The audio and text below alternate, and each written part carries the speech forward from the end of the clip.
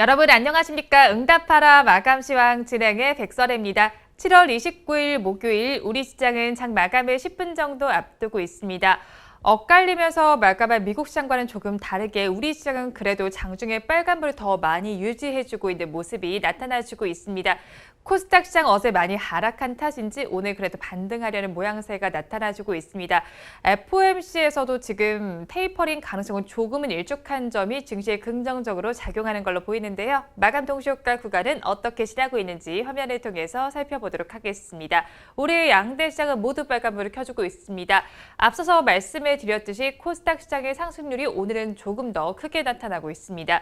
0.7%의 강세를 보여주면서 1042선을 지나주고 있고요. 우리 코스피 시장 강보합세를 보입니다. 3243선에 종가 형성할 준비해주고 있습니다. 시가총액 상위 종목들은 어떻게 마감 동시효과 구간을 지나고 있는지 1위부터 5위 종목부터 보도록 하겠습니다. 1위부터 5위 종목 내에서 혼조 양상이 펼쳐지고 있습니다. 지금 말씀을 드리는 중에 파란불이 조금 더 많아진 상황입니다. 대장주인 삼성전자와 네이버는 모두 파란불을 켜고 있고요. SK하이닉스는 보합 마감할 준비하고 있습니다. 말씀드리는 중에 카카오는 다시 또 빨간불로 전환을 했고요. 삼성바이오로직스도 0.55%의 강세 흐름을 보여주고 있습니다. 6위부터 10위 종목 이어서 보도록 하겠습니다. 6위부터 10위 종목 내에서도 엇갈린 양상이 관찰이 되고 있습니다. 삼성전자 우선주와 삼성 SDI는 빨간불을 켜주고 있는데요. 나머지 종목들은 모두 약보 합세를 보이고 있습니다. 코스닥 시장도 이어서 보겠습니다. 어떤 불을 켜고 있는지 한번 보니까요. 1위부터 5위 종목 중에서는 에코프로비엠과 펄어비스에는 빨간불이 들어와 있지만 나머지 종목들은 파란불을 켜고 있습니다. 특히나 에코프로비엠은 2%대 강세 흐름을 보여주고 있습니다. 6위부터 10위 종목 이어서 보도록 하겠습니다. 6위부터 10위 종목 내에서는 세 종목에서는 빨간불이 들어와 있고요. CJ는 보합 마감할 준비를 하고 있습니다. CJ ENM은 파란불을 켜고 있는 상황인데요. 알테오젠의 상승률이 그래도 가장 높은 모습입니다. 1.23%의 강세를 보여주면서 마감 동시효과 구간을 지나주고 있습니다. 지금까지 마감 동시효과 구간의 시총 상위 종목들 분위기는 저와 함께 살펴보셨고요. 이어서 오늘장 인기 검색어를 이화영 아나운서와 함께 알아보도록 하겠습니다. 스톡 여러분 안녕. 스톡피아의 주식 요정입니다. 여러분 오늘도 이 더위가 기색을 부리고 있는데요. 이 사람도 지치는 날씨에 고통받는 이들이 있죠. 바로 털옷을 입은 반려동물들입니다. 안타깝게도 이 여름철은 반려동물들이 다른 계절보다 훨씬 많은 소화기와 또 피부, 호흡기 증상으로 병원에 내원한다고 하는데요. 반려동물들이 건강하게 여름을 날 수 있는 방법을 한 3가지 정도만 간단하게 이야기로 시작해 보려고 합니다. 먼저 첫 번째는요. 이건 사람한테도 좋은 거죠. 에어컨을 청소하는 겁니다. 에어컨은 작동 특성상 이 미생물이 굉장히 자라기가 쉬운데요. 이 사람과 반려동물들에게 비염과 또 알레르기 증상까지 유발시킨다고 합니다. 두 번째는요. 반려동물들에게 음식을 가려 먹이는 거고요. 마지막 세 번째는요. 야외 활동할 때 강아지를 어린아이 돌보듯 하는 겁니다. 여름은요. 산이나 계곡, 또 바다 등으로 떠날 일이 참 많은 계절이기도 한데요. 익숙하지 않은 환경은 여러 가지로 반려동물들의 건강에도 나쁜 영향을 줄 수 있다고 합니다. 이번 여름은 우리 사람도 또 우리 친구 반려동물들도 건강한 여름나기 하셨으면 좋겠습니다. 그럼 오늘의 핫한 종목들 이슈들 짚어보겠습니다. 먼저 1위부터 10위까지 볼게요. 먼저 1위는요. 삼성전자입니다. 2위는 한국 BNC고요. 3위는 HMM, 4위는 효성첨단소재, 5위는 맥스까지 이름을 올렸고요. 6위는 에코프로 HN, 7위는 진원생명과학, 8위는 남해화학이고요. 9위는 바이오로그 디바이스, 마지막 10위는 SK하이닉스까지 이름을 올렸습니다. 그럼 저와 함께 몇 가지 종목들을 꼽아서 더 자세하게 살펴볼게요. 먼저 첫 번째로 볼 종목은 맥스트입니다. 저도 시간을 되돌릴 수만 있다면 사는 건데요. 증강현실 플랫폼 기업 이 맥스트가 메타버스 바람을 타고 따상상에 성공했습니다.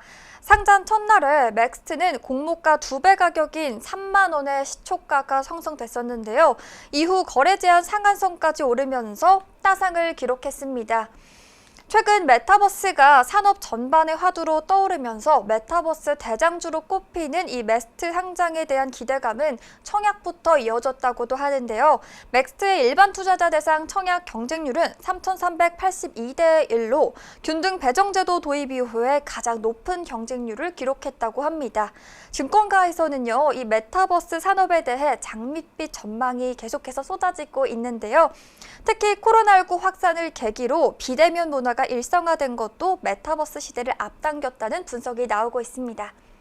네, 이렇게 맥스트로 출발을 했고요. 두 번째 종목 보겠습니다. 두 번째 종목은 에코프로 HN입니다. 오늘 에코프로 HN이 무상증자 권리락 효과에 상한가를 기록 중인데요. 어제 코스닥 시장본부는 에코프로 HN이 이날 무상증자로 인한 권리락이 발생한다고 공시했었죠. 기준가는 보통주 한 주당 85,300원입니다. 무상증자에 따른 권리락이 반영되면서 주가가 낮아 보이는 착시 효과가 나타나 매수세가 몰리는 것으로 풀이가 되고 있습니다. 신주 배정 기준일은 오는 30일이라고도 하네요. 마지막 종목입니다. 마지막 종목은 바이오로그 디바이스인데요. 바이오로그 디바이스의 자회사가 코로나 바이러스 예방제 코빅실 V의 유럽 출시 소식에 오늘 강세를 보이고 있습니다. 코빅실 V는 바이러스를 99.99% 중화시킴과 동시에 물리적인 장벽을 만들어서 바이러스 입자가 이 비강 내 섬모세포 표면에 자리 잡지 못하도록 차단을 하는 역할을 하는데요. 최근 비강 내 단백질로 구성된 섬모세포에서만 바이러스 감염과 복제가 이루어진다는 코로나 바이러스의 구체적인 감염 경로가 밝혀지면서 백신과는 또 다른 이 예방제에 관심이 높아지고 있습니다. 오늘 바이오로그 디바이스는 자회사가 투자한 셀바시온이 코로나 바이러스 예방제 코빅실 V의 제조 생산을 위한 인증업체를 미국 아이다호에 설립했다고 밝혔고요. 오는 8월 중 영국과 유럽에서 출시할 제품은 이탈리아의 컨텐트 그룹을 통해 생산한다고도 합니다. 회사 관계자는 이는 코로나 바이러스뿐만 아니라 호흡기를 통해 전염돼서 각종 질환의 원인이 되는 모든 세균을 100% 사멸하는 코빅실 V가 델타 변이와 그리고 각종 변이에도 주목을 받는 이유라고 전했습니다. 네, 오늘은 저와 함께 이렇게 따상상에 성공한 맥스트를 시작으로 상한가를 기록한 에코프로 HN 그리고 마지막 바이오로그 디바이스까지 함께 살펴봤습니다. 오늘도 더위 조심하시고요. 그럼 저희는 다음 이 시간에 또 만날게요. 스토기 여러분 안녕. 네, 이화영 아나운서와 함께 오늘장 인기 검색어 짚어보셨는데요. 맥스트의 경우에는 지금 시간을 기준으로 봤을 때 따상상상을 기록하고 있습니다. 상한가를 3번이나 친 모습인데요.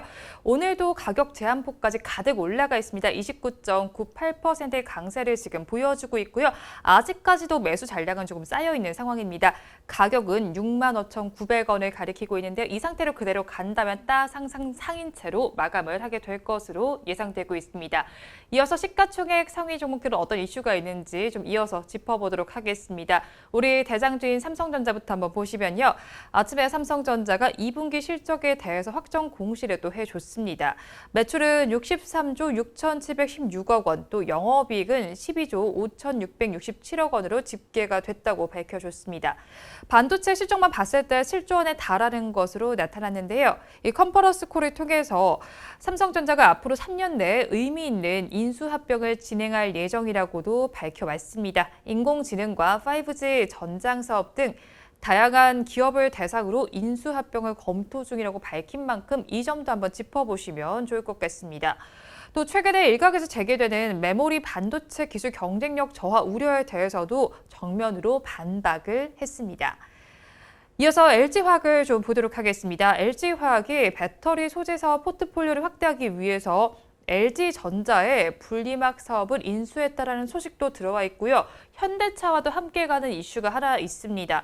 현대차 그룹과 맞손을 잡고요. 인도네시아에 배터리셀 공장을 짓기로 했습니다.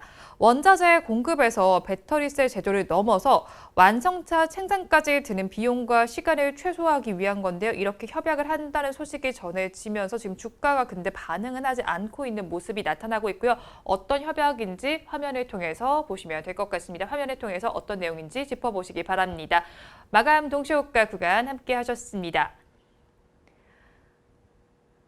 우리 시장은 마감 동시호가 구간에서 모두 빨간불을 켜주고 있었는데요. 오늘은 음식료품 관련 종목들도 좀 짚어보시면 좋을 것 같습니다. 오뚜기에 이어서 농심 역시도 라면 가격 인상 소식이 들어와 있습니다. 4년 8개월 만에 신라면의 가격을 올린다는 소식이 전해지면서 주가가 오늘 장중에 움직이는 모습이 나타났는데요. 농심의 종가 상황을 차트와 함께 먼저 보도록 하겠습니다.